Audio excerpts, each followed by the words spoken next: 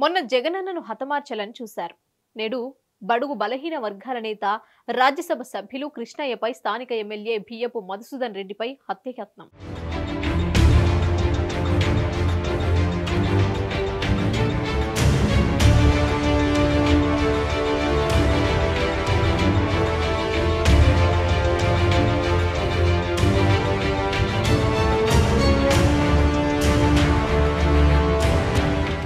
శ్రీకాళహస్తి నియోజకవర్గం ఏర్పేడులో ఎన్నికల ప్రచారం నిర్వహిస్తున్న బీసీ నాయకుడు మరియు స్థానిక ఎమ్మెల్యేపై బొజ్జల సుధీర్ రెడ్డి రాళ్ల దాడి చేయించారు.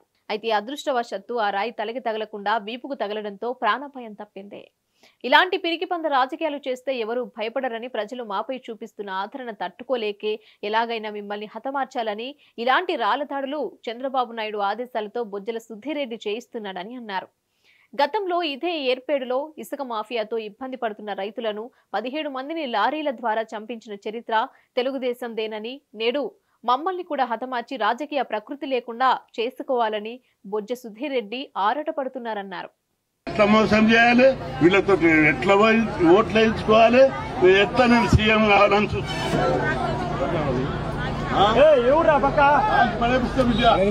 తప్పని కాను.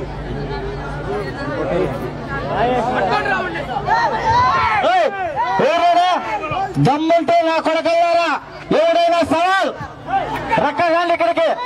మీరు ఆయనకు మీరు నిగరంగా పుట్టింటే ఎవడైనా సరే రాండి, ఒక్కొక్క సవాల్.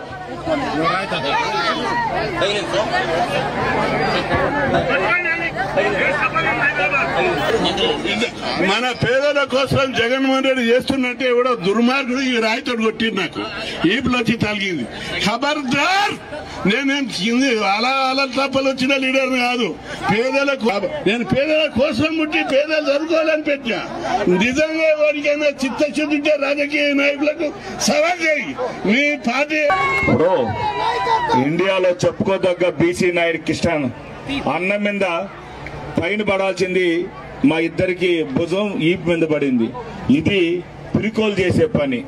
పిరికోలు ఇదే పని చేస్తారు. జగన్ అన్న కూడా సంపాలని చూశారు. ఈ రోజు బీసీ నాయకుని కూడా తల పగల కొట్టాలని కసితో ఇతను వచ్చి బీసీలందరికీ కూడా న్యాయం జరిగింది. మన ఆంధ్రప్రదేశ్ లో బీసీలంతా హ్యాపీగా ఉన్నారు. ఇంగ్లీష్ మీడియం అనే కాడికి వాళ్ళు ఎవరో తట్టుకోలేక ఈ రోజు రాయటం ఇది ధర్మం కాదు. ఇది చూస్తున్నారు ప్రజలంతా కూడా. అంటే మీ బీసీలు మాట్లాడకూడదా? బీసీలు మాట్లాడితే ఇలా చేస్తారా? మీకేమన్నా దమ్ము ధైర్యం ఉంటే, మీకేమన్నా మొగతనం ఉంటే నేరుగా రాండిరా. ఎందుకురా ఈ గుంపులో దుక్కులాట? ఇదేనా మీరు చేసే? ఈ రోజు హైదరాబాద్ నుంచి వచ్చి ఇక్కడ రాజకీయం చేస్తున్నావు సుధీర్. నేను లోకల్ గుండా మసూదరండి, నేను లోకల్ని. నువ్వు రాళ్ళు వేసేంత మాత్రం ఎవరు భయపడేవాళ్ళు లేరు. నువ్వు ఏం చేసినా నా కార్యకర్తలు కాదు, లీడర్ కాదు, ఎవరికి భయపడరు. సిఐ గారు ఆ పై నుంచి వచ్చింది సార్, ఒక్క చూడండి అటు సైడ్ నుంచి. సీరియస్ చూడండి సార్. ఆలోచించిన ప్రజలారా, వాళ్ళు ఏమన్నా పీఠం మీద గాని వస్తే వాళ్ళ గన్ కల్చర్ వస్తుంది. వాళ్ళకి ఏమైనా పీఠం మీద వస్తే ఆల్రెడీ ఎర్రసంద్రం స్మగ్లర్లో 10 మంది చనిపోయారు. ఇదే ఏర్పేరులో దాదాపు 17 మందిని పట్టున పెట్టుకున్న ఫ్యామిలీ అది. మీకు ఈరోజు చెప్తా ఉండా, అటువంటి నాయకులు మళ్ళీ కల్చర్ చూడు. 17 మంది చచ్చిపోయిన కృష్ణ మీద రాయిదాది. కాబట్టి ఇటువంటి కల్చర్ ని ఇంకొకసారి మేము సహించాం. ఖబర్దారని చెప్తే